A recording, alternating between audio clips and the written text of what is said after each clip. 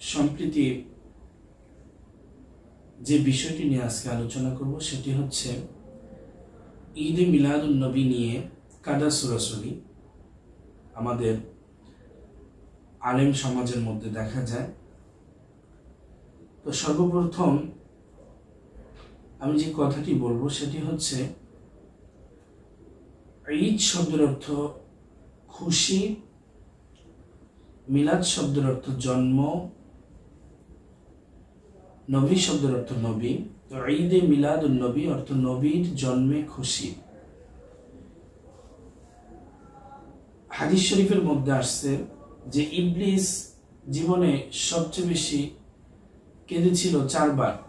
এর মধ্যে সবচেয়ে বেশি কেঁদেছিল যখন রাসূল করিম সাল্লাল্লাহু আলাইহি সাল্লাম দুনিয়াতে আগমন করেছেন তখন। তো যেই ভাইরা ঈদে মিলাদুন নবী সাল্লাল্লাহু আলাইহি সাল্লামকে বিদআত বলছেন তাদেরকে উদ্দেশ্য করে বলবো, ভাই বিদআত কত প্রকার এবং ঈদে মিলাদুন নবী সাল্লাল্লাহু আলাইহি সাল্লাম এটা কোন বিদআত সেটা একটু বুঝিয়ে বলবেন। সামান্য রাসূলের উপর ভালোবাসা এটারও আপনারা দলিল খুঁজেন যে কোথায় আছে, হাদিসের কোথায় আছে যে এটা করা যাবে। অসংখ্য অগণিত প্রমাণ হাদিসের মধ্যে আছে যেটা আপনাদের চোখে কালো চশমা পড়ার কারণে আপনারা দেখতে পান না, অথবা আপনারা দেখতে পেয়েও কারো কারো দালালি করতে গিয়ে বা শায়েক পূজা করতে গিয়ে আপনাদের শায়েকরা যা বলবে তাই আপনাদের মানতে হবে। এটা করতে গিয়ে আপনারা ঈদে মিলাদুন নবী সাল্লাল্লাহু আলাইহি সাল্লামকে তুচ্ছ তাচ্ছিল্য করছেন। আরেক বেকুফ দেখলাম যে মাওলানা লেখা, তো একজন আলেম হয়ে, আমি তাকে আলেম বলবো না কারণ একজন আলেম কখনো এরকম রাসূলের শানকে তুচ্ছ তাচ্ছিল্য করতে পারে না। মানে বলতেছে তোর বিদআতের, ঈদে মিলাদুন নবী বিদআতের উপর আমি 172 বার লাথি মারলাম, নাউজুবিল্লাহি মিন যালিক। আপনি যে এই যে শব্দ চয়ন করছেন যে ঈদে মিলাদুন নবী, এই নবীর উপরে আপনি কি করছেন, মানে ঈদে মিলাদুন নবীর উপরে আপনি 172 বার লাথি মারছেন, নাউজুবিল্লাহি মিন যালিক। আল্লাহ পাক রব্বুল আলামিন যেন আপনাকে পরিপূর্ণ হেদায়েত দান করে। আর দেখেন আপনি বলছেন ঈদে মিলাদুন নবী সাল্লাল্লাহু আলাইহি সাল্লাম বিদআত, এটা কোরআন হাদিসের কোথাও নেই। আমার প্রশ্ন হচ্ছে বর্তমান প্রেক্ষাপটে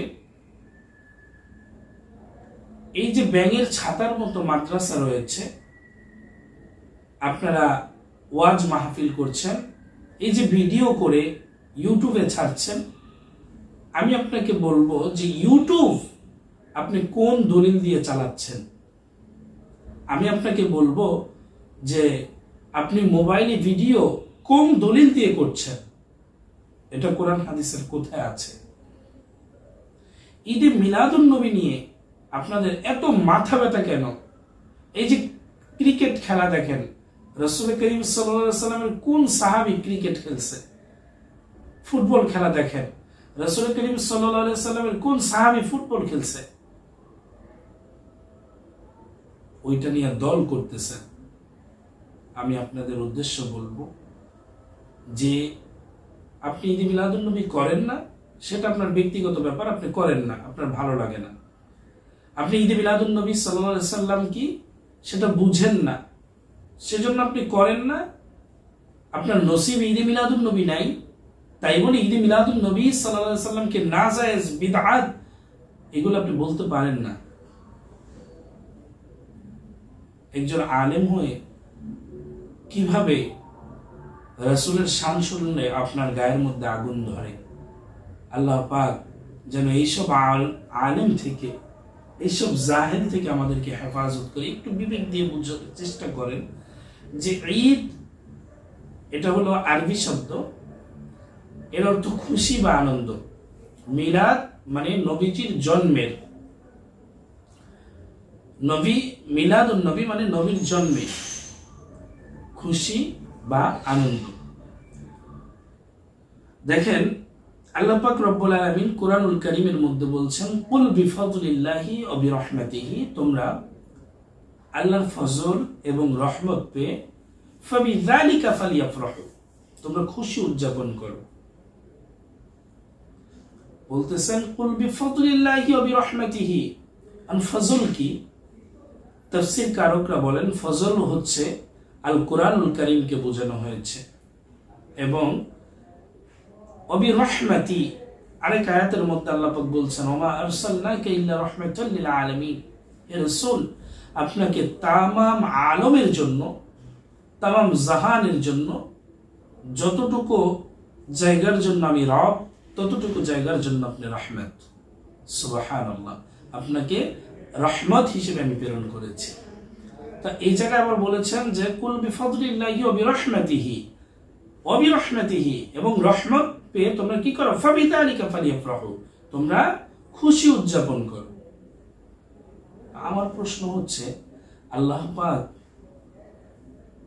তার হাবিবকে দুনিয়াতে প্রেরণ করেছেন রহমত হিসেবে, এর থেকে বড় রহমত আর কি হতে পারে?